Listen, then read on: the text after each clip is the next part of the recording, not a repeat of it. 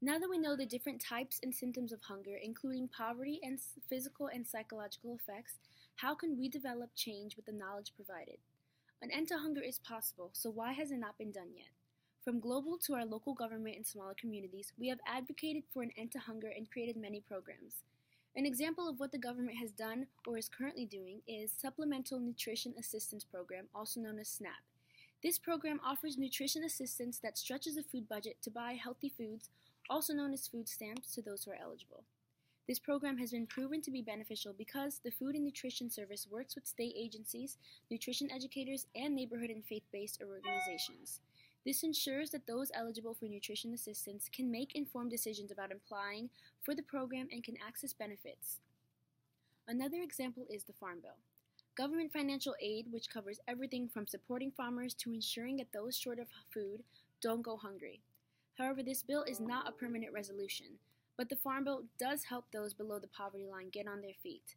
Though it may seem rewarding, farmers are still uncomfortable due to limited amounts of resources that keep them just above the poverty line. Another example is agribusiness, which I will expand on in the next slide. Agribusiness is basically business based on agriculture. Agribusiness deals with the managing, marketing, and financial aspect in farming. This includes agrochemicals, breeding, crop production, distribution, farm machinery, processing, and seed supply, as well as marketing and retail sales. There are also some negative connotations relative to agribusiness. The next two slides show how agribusiness can affect the environment, animals, and humans.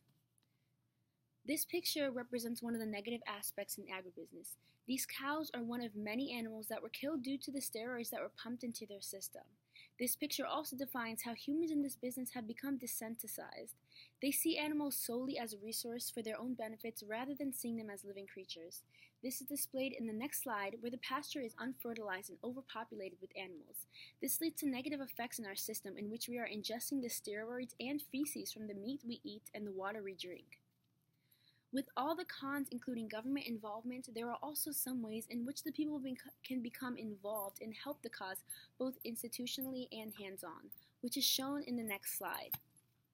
With agriculture, we can connect farmers to resources to boost production and income. With sustainability, communities can come together to plan and improve crop and livestock, and for communities that aren't involved in farming, they can find ways to decrease poverty rates in different ways.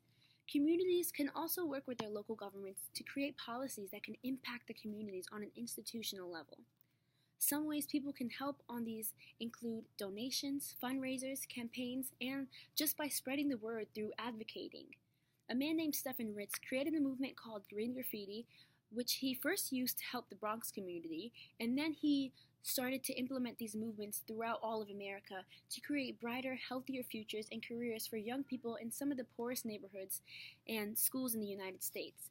This movement proves that anybody can make an impact on the rates of hunger, and it all starts with a want for change and a vision.